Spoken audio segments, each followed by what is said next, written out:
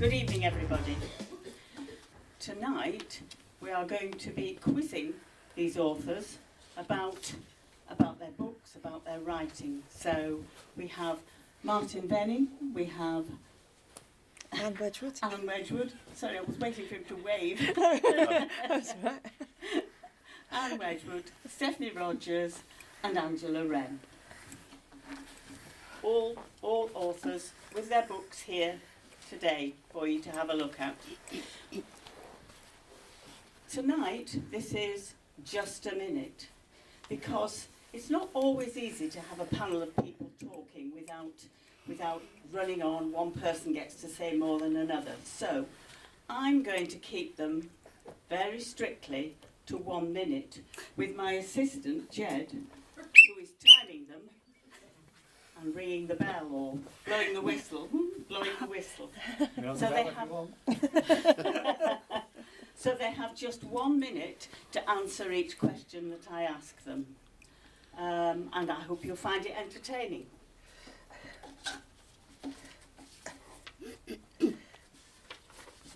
So I'm going to start, first of all, I'm going to start and ask them just to introduce themselves, tell them a little bit about you or about their books, whatever they want to say in a minute. So Martin, would you like to start? Yes, right. If I'm onto the clock, I'll keep an eye on the time now. First of all, good evening, everybody. My name's Martin Venning. I am a author of adventure mystery stories, normally set in an international context. I sort of do murder, but probably not like some of my colleagues here who have probably a more sort of cerebral approach to it. For me, it's just that death is actually a whole lot of part of what I write about. So that's what it's involved in. I'll keep it short. All right. I'll say some more. Very briefly. Three novels I've got out at the moment. My first novel is set in Iran. My second is set in the Baltic region, and the third is set in Turkey. And they're all fairly contemporary periods of time that I cover, and there's plenty. Right, that's it. You see, we haven't rehearsed this. Anne, would you like to give us a minute on you? Hi, I'm Anne Wedgwood. I live in Beverley, over there in the east on the way to Hull. You can tell I wasn't born in Beverley. I was actually born in London and grew up just down the road from Wembley Stadium, which is a total waste because I really don't like football.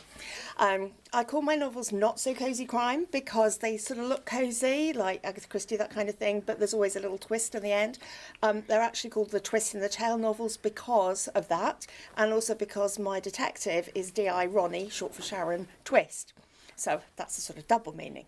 And they all end in ist, the botanist, the soloist, the narcissist, but they're all narrated by different people, so you can read them in any order. I'm not even going to tell you which was first, because that way you'll just actually get involved with the one you're most interested in. They're narrated from different people's points of view. They're not police procedurals, so the first one is an old lady with a dead body in her garden that's about to be dug up by the gas men, and it's all about why she killed people, will she get caught. The next one, a girl turns up to murder a famous musician, but she can't because someone else got there first. To ask later about the next one. Right, Steph, you have your minute. Hello, can you hear me at the back? I'm a psychological thriller writer. I've got 6 books out. I live near Pontefract. Why is a psychological thriller writer wearing a pinny? Well, because I've got a psychological thriller trilogy and I'm dressed as a protagonist who is a master baker, which is... I'm a master cake eater, I would say. My pinny is very clean because I don't really... do anything like that. But this protagonist, she is being watched on her webcam. So that's what the premise of this book is. So I write about voyeurism, stalkers, I write revenge thrillers, all sorts of things like that, really. So I do write about psychopaths and behaviours and things, and I've got a rolling pin in my bag in case I needed it. Might run amok later with it, I don't really know. But I like the psychological thriller trilogy because lots of what I write is standalones, and so if you want to get your teeth into something a bit longer, then you can, because it follows the story of I will keep jumping when you do that. It's like a dog toy. Annoying, isn't it? Yes. Your moment of fame, Angela. Hello, I'm Angela Wren and I write short stories in various different genres with 3 different groups of other authors. I contribute to the Miss Moonshine anthologies and those stories are romantic suspense. I write crime and mystery for the Seasonal Paths anthologies, and I write darker stories for the Dark World series of anthologies which are produced by my publisher Darkstroke Books. I also write long stories which are my Jack Foray mystery stories, and they are set in a beautifully mountainous and rugged area in south central France called the Cevennes. Jack Foray is my central character. He's an ex-policeman who has joined the rural gendarmerie at the beginning of that book. And my dress tonight is of his sidekick. He has a 5-year-old sidekick called Pierre Mansell, who likes to think of himself as a junior gendarme. He likes to tag along with Jack whenever he can, and he's never happier than when he knows that Jack has found a dead body somewhere in the village. Thank you.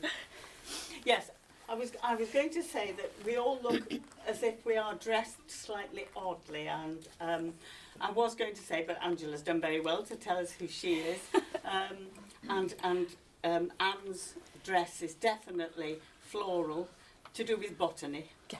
Yes. Of course, the So botanist. yes, so that there's the idea that there would be a little bit of dressing up to represent either the books or something to do with crime. And if you want to talk to Pierre, just say his name and he'll appear. Right, so let's start again then with you, Angela. Okay. Okay. So why crime? Why do you like writing crime? What inspired you? Agatha Christie at the age of 11.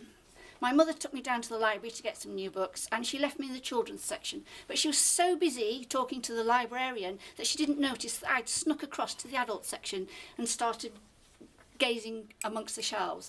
And that was when I discovered Agatha Christie, and I'm afraid I've been hooked on crime ever since. And what I particularly love about crime is the puzzle. Because all the clues are there, and it's a question of whether you can find the clues and come to the conclusion before the detective in the story does. And I absolutely love that. And I don't think I will ever fall out of love with it either, which is why I'm still writing, which is why I'm writing crime, even now. Yeah, this is going to be a long Well one. done. Thank you. Yeah. Okay, well, then let's move on. Anne, Oh. what inspired you? I can't believe this. Snap. Only it wasn't a negligent mother, it was actually perhaps a more negligent father, who I was very ill with a terrible cold one day. And, you know, I'd read lots and lots of different books. He said, I think you might enjoy an Agatha Christie. So I was actually given one at the age of 11. And like Angela, I've never looked back. One of my favourite authors is still Agatha Christie for her plots. And like Angela, I do love the intricacies of plots. I love planning a novel where you're dripping in the clues right from the very first page. I really want a reader to get to the end and say, oh, now I see what that was about on page 2. Nothing gives me greater pleasure. I'm just strange, I think. But I also love the getting in people's heads. I really love Ruth Rendell, and in her roles as books as Barbara Vine as well, where she's writing about somebody really weird. And I think that's where mine are not the central character isn't a policeman, because I didn't want somebody who was going home and drinking whiskey and being depressed. I wanted a normal person to be a detective, and that's boring. So I needed to write somebody who wasn't boring. So my first novel opens with the sentence, "Am I a psychopath?" That's a good ending. It is, yeah, it was Am I a psychopath? Yeah. No, you're all right, Anne, you're all right. Thank you. Steph, what inspired you? Why crime? Mainly because I write crime because I read crime, but I don't read a lot of the other genres of crime. I like psychological thrillers. I'm fascinated by how people behave, people that are different. Why are people different to each other? You know, all the behaviours, the psychopaths, sociopaths, all that kind of thing. It just fascinates me.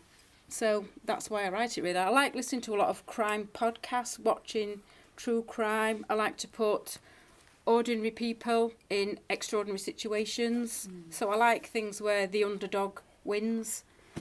I don't write about detectives at all, really. It's not detective fiction. So I'm just like psychology. So I kind of write what I read. And that's it, really. Thank you. Must be you now, Martin, please. All right. Thank you for giving me a chance to think of something. I think essentially I like escapism in books. I think that's one of the things that always attracts me to them, and I like adventure stories. So the people I sort of tended to read who influenced me were people such as Alistair MacLean, and also people like Robert Ludlum as well. They are somewhere, I think we have to be honest enough, divorced from reality. But I think sometimes, that's what you want in a book. You want something that is outside your everyday existence. So for me, that's what inspired me. I never thought I could write a book. I may have told you this before, but I had an accident and I was laid up in hospital for 6 months. And I thought I'd try and write something because my head was fine, but the rest of my body wasn't at the moment. And I didn't know I could write a book. So, thank you. Can I just ask, can everybody hear us? Yeah. Because I wasn't sure that the microphone was working terribly well. It seemed to crackle, so I have given up on it. But if you can't hear, will you please shout and we'll do something about it? Okay, so is there anything else you want to say about the genre that you write, Anne? Oh gosh, I think I did that a little bit beforehand, but I'll carry on. Yeah. The not so cosy crime. I think one of the first people to critique my first book said this is cosy crime, and it does conjure up pictures of little villages and Miss Marple and that kind of thing. And I believe the definition is, well, there's quite a few definitions. So there's no sex, there's no swearing, there's no blood and guts and gratuitous violence. I don't write about people who kill because they want to kill. Everybody in my novel kills for a reason that they think is valid. So that's always where I start when I'm writing. The first thing I think of, and I was so funny to hear that, because the first time I managed to actually think of an idea for a book, I was in hospital too. And I think, forced stop of work for a time, let my brain think, and that's when I came up with the first motive. So I can't write a book unless I know the reason that that person has died. And it's got to be a reason that I can believe in. There you go. Thank you. Is that right? Yeah, thank you. Yeah. Angela. Okay, my books are kind of cosy crime and they're kind of not. They're set in a fictitious village called Massandriere in the Cevennes, which is a very, very small village. In fact, there's only about 100 people who live there. It's a mountainous region, it's very sparsely populated. So in that respect, my books are very typically cosy crime.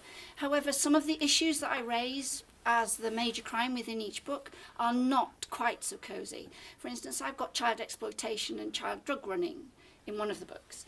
And then in another book, there's a serial killer, which is not really quite cosy crime. But because I am writing cosy crime, I don't go into the detail like Anne. There's no gratuitous sex, there's no gratuitous violence in there. Okay, there are dead bodies, but I don't go into the detail of that, partly because I don't really want to read that myself. So I kind of think there must be plenty of other readers out there who don't want to do that either.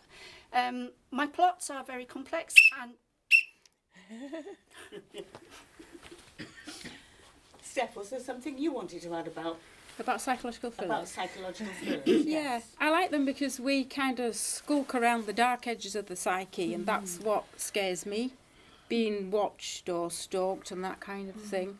I just think I'm just excited by that, and so that's why I like it really. And I don't do blood and guts and gore. I leave that to detectives and things like that. I think there's other ways to be scared and to get tension in other ways. You don't really need that. That's not what I want. There are dead bodies, but there's bound to be a dead body. It's crime. Yeah, but we're dark skulkers, if you like. Yes. Yeah. Of the psyche. Yeah. Okay. Martin. Well, I just think that what you tend to find in books is that there's got to be a bit of intellectual challenge, I think, in whatever you read. And I think that there has to be some element of it which is in some ways unexpected. So I think the points that have been made by my colleagues here are all very well made. The whole point is you need to commune with the reader as you're writing, in effect. And I think something about helping the reader to pick up clues about what's going on in a plot is actually very important. But I also think the point is you need to find a way to put the death, if there is a death in it, into some sort of context. And I think the whole point is very few people, perhaps not in your case, Steph, but very few people in books kill for the sake of killing. They kill for a reason, 9 times out of 10. That's what we do. Thank you. So, I don't know about you, but there are only certain places and certain atmospheres that I can write in. So, Angela, can you tell me where you write and what the atmosphere is like, what the place is like when you're actually sitting writing? I can write anywhere, anytime, have a laptop, can travel, and always have travelled. When I was a member of the rat race, I had a very pressured job, which meant that I was travelling, doing a lot of travelling and moving around. When I was in the office, on the odd occasion when I was, it was a large open plan office, so when I was drafting a document, I was able to shut out all the surrounding noise and just concentrate. So I can write anywhere. I could probably write on a clothesline if I really tried, but I haven't bothered, I'll probably fall off. And as for the atmosphere, my preference is for absolute silence. I know some people like music and that kind of thing, but I find that distracting, so I just block it out. But having spent 25 years or so blocking out noise, it really doesn't matter to me. Okay, fine. Steph, where do you write? What's your... Various rooms in the house, really. If it's got a settee and a footstool, I can sit on it with my laptop. And then I did get a designated office space, so I put really nice girly pink wallpaper on it. It's the only room in the house that's girly, because I thought I like the juxtaposition of it's feminine, it's really soft and pretty, and I'm killing people and I'm planning horrible things. So, yeah, I like it silent when I write. I don't mind the TV being on. I can write if the TV's on mute and there's pictures going off. I don't know why that is. It's just weird. So, yeah, I've not used the office as much just lately, but I can just write in any house. I've got a thought that when I've retired from my job, if we go on world cruises, I take my laptop, I can write anywhere, but I've got to prove to myself it can be done yet, because we've got to save up and go. It can. Can it? Yeah, it can. Well, that I can try. Yes. Okay. Anne. I have written in other places. I work in education most of the time, so I do most of my writing in a very intense period in the summer holidays. And sometimes if we're away on a holiday, I can sit on a terrace and write with a nice view. That's fine. But generally, I'm often based at home, so I've got a desk, a big desk, but it's in a room at the end of our house, which has got big windows and it sort of sticks out into the garden, so we call it the garden room. And so I've got this huge window in front, and there's the bird bath and tree, and so you see birds flying in and out all the time. Orally, though, I'm really lucky. I have a husband who plays the piano. He's sitting here, and he's 2 rooms away, which is, I mean, piano I'm passionate about too, but 2 rooms away is quite good, really, because it's just the right volume for me to be able to hear, but it doesn't interfere. So I've got classical music playing in the background and the birds tweeting and cheeping. So it's actually quite idyllic. I really like that. But sometimes in the summer I will go out and type a little bit on the in the garden as well. Thank you. Martin. Nothing nearly as idyllic as that, I'm afraid, for me. I'm afraid I'm fairly conventional. I'm a laptop and a kitchen table man. And it's, frankly, it's one of the few places in my house where I actually can get a bit of peace and quiet, surprisingly. Yes, but I think I admire what Angela has just been saying, that she can just do this every time, because I don't know about whether many of you write as well, but I go through periods of activity where I just feel inspired and I can just sit down there and I can just knock it out. But those occasions are fairly rare these days, and therefore actually getting myself motivated to do it is quite a challenge. So normally I manage about, when I do get to write, I probably do no more than about 1,500 words at a go, which is about my sort of limit before I sort of lose it. Thank you. Interesting. So many different views on how you write and where you write. Yeah, that's good. So, you're writing away, get a bit of block. Anne, would you consider using AI to help you write? No. Why? Well, I did. I mean, part of it is, you know, I don't like change and I'm old-fashioned or whatever. I did actually recently read in the newspaper an article written by a journalist, and I read this person's column quite regularly. Often I download the paper onto my Kindle every day and read it. And I thought there's something off about this. This isn't the way she usually writes. And then halfway down the page she said, that was written by AI. And she'd put the information in, the topics in that she wanted written, and then after the paragraph explaining that AI had written it, the next paragraph she said the AI wrote that too. So the AI had written a paragraph explaining how the previous paragraph had been written by AI. And I was reading that second paragraph, I was thinking this still actually doesn't feel like her. You just got that sixth sense that this isn't that person. And so I want to write my own books. Steph, how about AI for you? I've used AI to write blurbs. If you just give it some information just to get a direction, and I think then I would use it to help write the blurb, just mainly to pick words I've not thought of. That's interesting what you said about it. You could tell it didn't feel like that author. I would never use AI to write any of a text of a book because I've not realised it, but no, it wouldn't sound like me. You want your own voice. I want every word in every sentence to come from here, not from AI. But I think it's got its uses in certain directions. But for your manuscript in your book, no. Maybe it's for an idea or a direction, but not in that way, no. Right. What about Pierre? Would Pierre fancy a go with AI? No. AI for me, absolutely not. What I know at the moment is that all the words in my book have come out of my brain, through my arm, into my fingertips, into the keyboard, and then onto the page.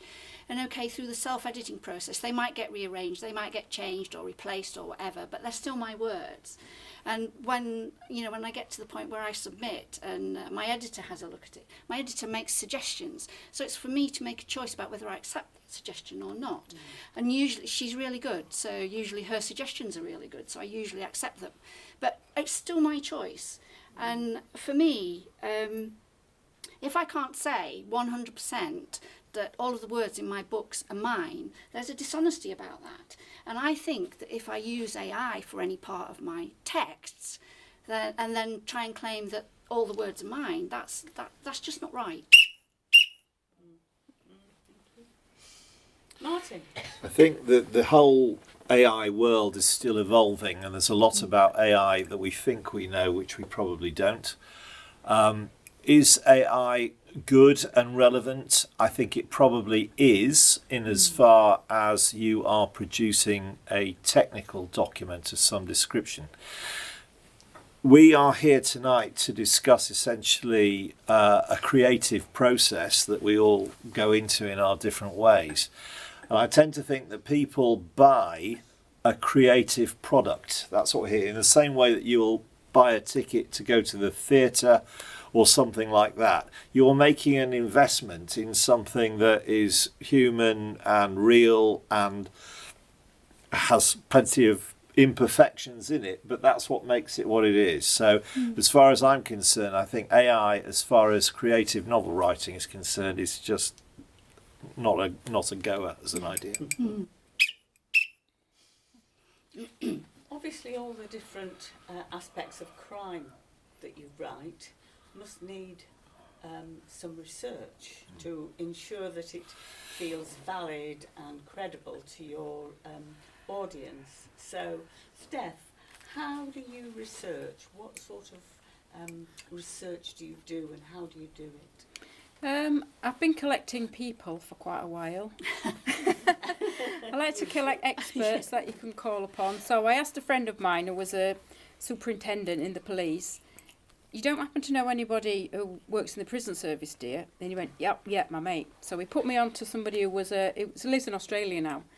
And he told me all about the prison service. And then I asked the same friend, you don't know somebody who happened to be in the army, do you? He said, yep. So it's really good. So you can collect experts. We can all Google, but you have to be very careful that it's factually true. Because although we're writing fiction, if it's not credible, you will get picked up on straight away. And I don't want to be in that position. But I think to find someone who's an expert at it, if they're kind enough to give you the time, they are out there, and so that's how I like to do it. Find a person in that field. Yeah. Good. Yeah. Anne, how do you do it? It's a combination. For the police side of it, even though it's not police procedurals that I write, there's a police strand, and the last thing I wanted, like Steph, is for somebody to pick it up and say, well, they wouldn't do it that way. So I've consulted with retired policemen. I've now got one very handily in Beverley. He writes as well, and in return for a coffee, he'll procedure check my plans. Other things, it is Google. I do a lot. I mean, as Steph says, you've got to be careful and find the right sites and sort of cross-check and so forth. But I am particularly proud of the fact that everybody knows anything about plants. When they've read The Botanist, they said, I've got that right.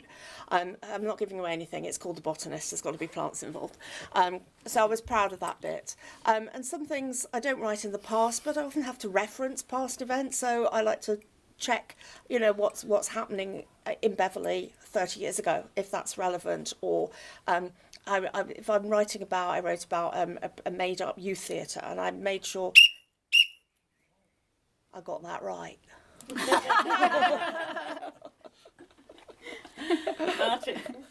Martin. Well, I admire my colleagues here who research so thoroughly procedural matters.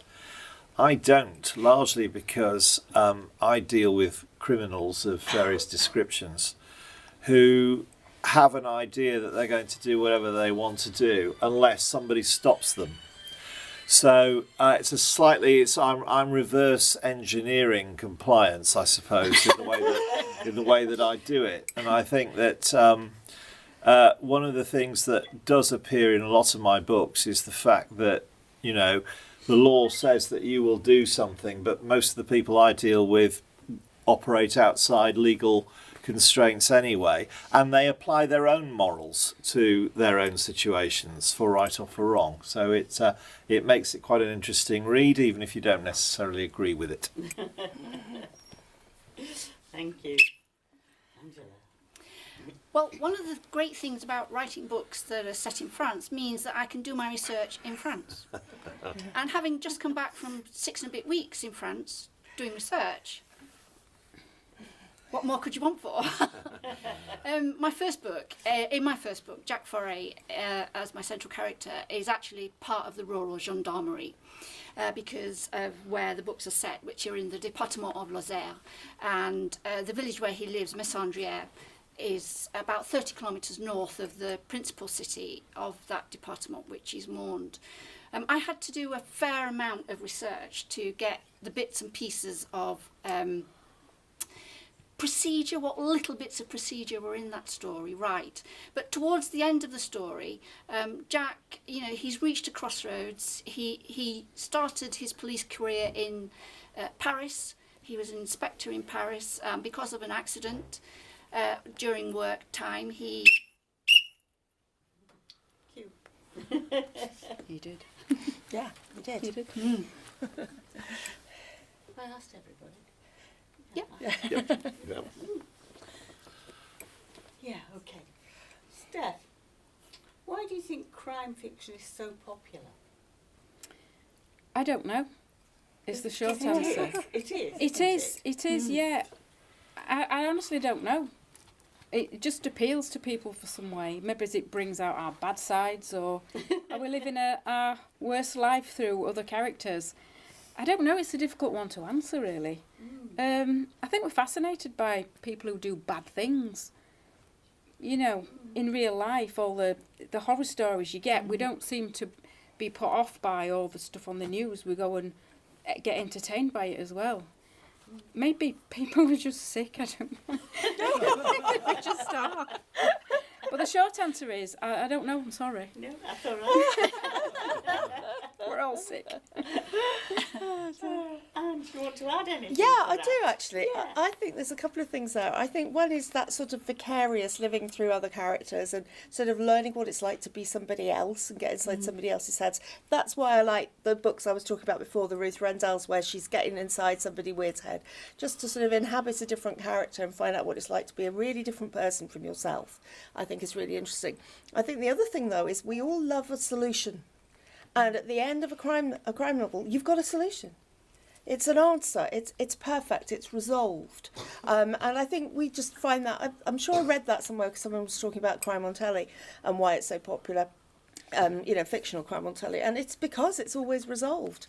I think, you know, if you read a book and it's not resolved and you don't find out who did it, you're really, really annoyed, aren't you? I mean, it's fine for somebody to get away with it, but at least you know what happened. So it's that resolution, and mostly criminals get caught at the end of them, and all ends well. And we love it when it all ends well, don't we?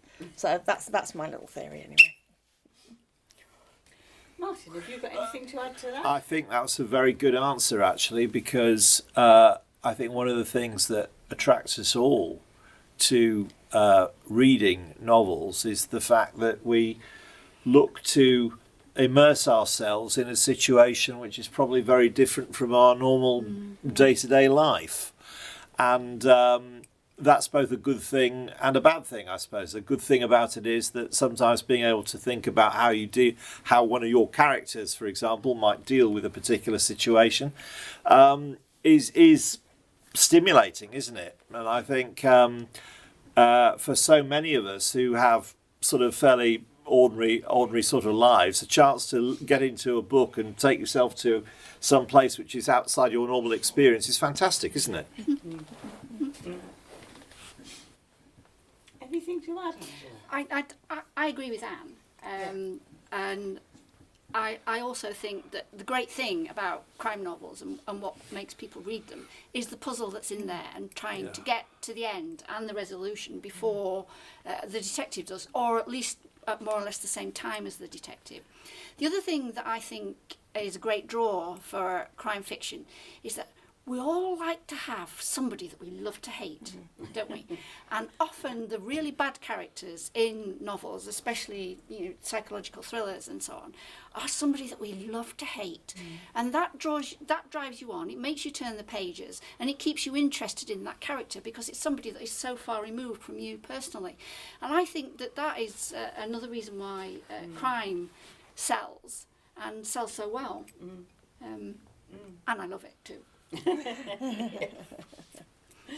Right, now, so the television producer or the film director rings you up. Really like to take your book and turn it into a film or a serial or whatever.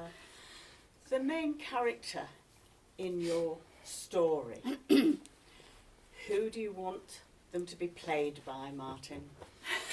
Well, for me, unlike, again, my colleagues who, as I understand it at least, tend to write sort of series with their characters who find themselves in different situations, mine books, such as they are 3 one-off books, so they're all different. What I think they do have in common is the fact that they are crime-based, and the nature of crime today is international, one way or another. So I suppose if I was in that situation, I could almost look through the catalogue of James Bond baddies that we all know and know that most of them would be entirely suitable for my books in different ways. But I suppose probably the one that stands out for me most is Javier Bardem, who I think is particularly unpleasant. And I'll tell you someone who I thought was actually quite a nice guy, and then I came to realise he must be a good actor because he's incredibly unpleasant in the Bond film, was Bobby Carlyle as well. Robert Carlyle. Yes. Steph, who's going to play your protagonist? The protagonist out of the book I'm dressed for. She's called Sarah. She's in her early 20s. She lives in London and then moves to York. She's very sassy and smart. She's not boring in any way, despite, what she does. And I thought about, she's very Mediterranean looking. She's really pretty as well. And intelligent. And I thought about, when I was writing the book, I thought about Eva Longoria, just visualised Eva Longoria as when I was describing her. But I've since thought about Michelle Keegan, because she's northern and she's gorgeous and she'll kick your butt. I don't know if she can bake, but no, it doesn't matter. That doesn't matter. She's not an army soldier either, is she? But she played one, so yeah. She makes fabulous cakes. So Michelle Keegan for me. Michelle Keegan. Yeah. Right. Brilliant. Anne. In reverse, I mean, my books have all got a detective in, but actually it doesn't really matter what she looks like because she's not the main character. The narcissist, the protagonist, is a young girl of mixed race, and I've seen this great actress called Bethany Antonia, who is in the prequel thing to the Game of Thrones, House of Dragons. So that would be her. When I was writing The Soloist, I had in mind somebody, again, a northern actress. She's called Jessica Barden. And she looks a bit like, you can tell I'm watching Game of Thrones again at the moment. She looks a bit like Maisie Williams, quite small and dark and intense. That's my Scarlet. For the botanist, I would cast Leslie Manville as Lillian, my retired murderous GP. I think she'd be great. If I had to have someone for Roddy Twist, I have described Roddy Twist in all of them, and she's very blonde and smart and suave and piercing blue eyes. And I think perhaps Joanne Froggatt would do quite a good job as her. So there you are, 4 for the price of 1. Perfect. Right, Angela. Well. I honestly do not know who I would want the producer to choose. Jack Foray, he's a really great guy. Unlike Rebus, he doesn't have a problem with drink. He's not divorced or anything like that. He's just a genuinely nice guy. He's 6'1". He's got dark brown hair. He's got a tiny flash of grey on his temple. He's quite lean and very fit, and he can be very steely and determined, but he's very fair. And I have to confess that when I first envisaged or first started thinking about who my central character was going to be, it was his voice that I heard in my head first. I have a thing about voice. Mm-hmm. And I would say that his voice is very much low end of tenor and upper end of countertenor if you want to talk music. And that's the kind of voice that really attracts my attention. And then I built the rest of him around that. So I kind of think that there isn't anybody. You just haven't found him yet. That's what it is. In some respects, he's such a figment of my imagination that it is a great shame that he isn't real. And perhaps if he was real, I might be bitterly disappointed.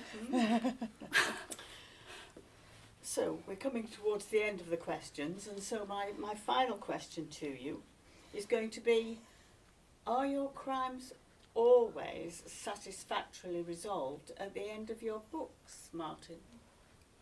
No.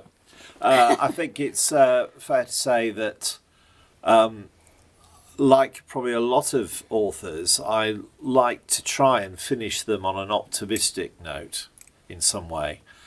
But I think you've also got to understand when you're writing a book, or at least I do, I always try and think I'm on a bit of a journey with the person who's reading this. And I think probably what I try to do is to put some thoughts into the reader's mind about how it might be concluded. But the whole point is the nature of the book is what you as a reader make of it. And I think, I don't want to tie it up quite so neatly, personally. Thank you. Anne? Well, it depends on your point of view. I mean, I won't give anything away, but not all criminals get caught, do they? And then when they do, I mean, particularly my latest 2 books are about as much about the impact of a murder on a family. And once your family security is threatened because you know somebody in it is a murderer, it crumbles. And so if there's a murderer in your family and they get caught and put away, that's not a happy ending. for the narrator, for the person. So actually, when that happens, I found myself sitting there thinking, actually, what's happened now to this person? What's happened is that somebody they know has been bagged up in jail for murdering somebody else they know. And that's catastrophic. So you have to put that in a little bit. But I think in terms of, is it satisfactorily means, is there an answer at the end? You know, you read the book wanting to know the answer to who did this. And you need to know, but once you know it, you need to stop. That's when it ends. No stuff afterwards. No fallout. Yeah. Steph. Yes and no. Is it satisfactorily explained at the end? I'd hope so, but there's a lot of revenge in my book, so is the revenge always exacted? Yes. Do they always get away with it? Maybe. Depends on the book. I've never had anybody come back at the end and say, I didn't understand this wasn't explained, this was left hanging, but I don't write romance, they don't skip off into the sunset either. But I do think I do like endings that explain things. Even if there's another book, it needs an overall arc. But it gets wrapped up, but you might not like it. Angela. I'm a bit like Stephanie, yes and no. Because Messandriere is the first in a series of 6 books, and there are 2 others that that are still there, waiting to be written. Each one has a major crime in it, but there are threads that run through. If you want to know what happens to Jacques and his girlfriend, etc., then you need to read them in the right order. But because there's a major crime within each one that is resolved, then you can read them in any order if you want to do it that way round. But yes, the major crime is resolved.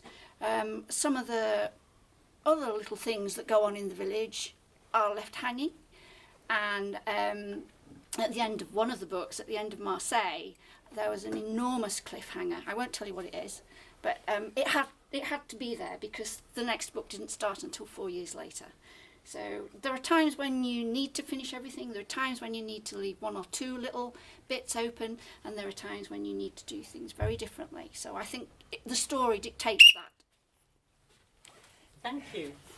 And thank all of you for those incredible answers to those questions. That's been really, really fascinating. Really fascinating. Can we please thank the authors?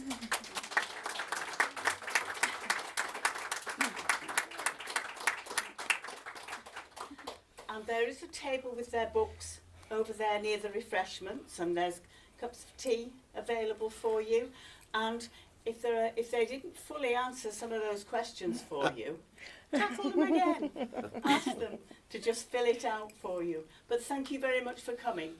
We really appreciate you being here and listening to us. Yeah. Thank you. Yes, thank you.